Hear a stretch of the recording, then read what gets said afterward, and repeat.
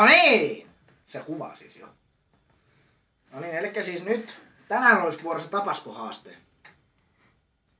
Mä ajattelin, että sitä on paljon enemmän siinä pullossa.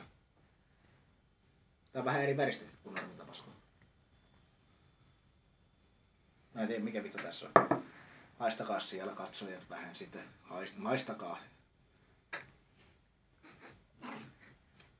Sitten mä saan vetää tätä henkeä.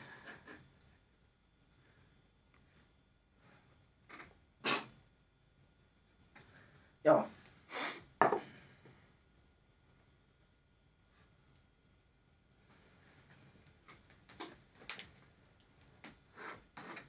Ei vittu, ei voi kuvata vielä. Pistä pois.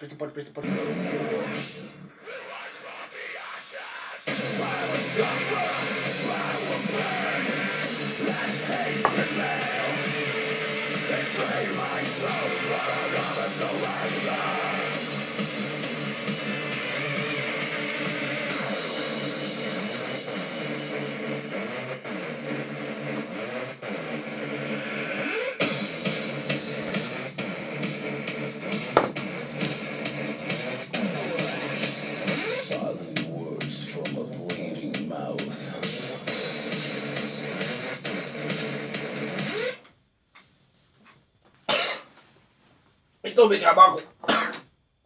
Hyi saatana. Se taisi olla muuten pilaantunutta, se näytti ihan vihreältä. Se oli pilaantunutta.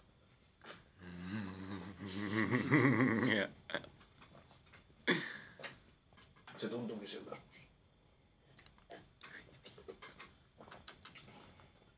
Joo. Nyt vaan vessa ja sormenkurkku. Tää oli tässä.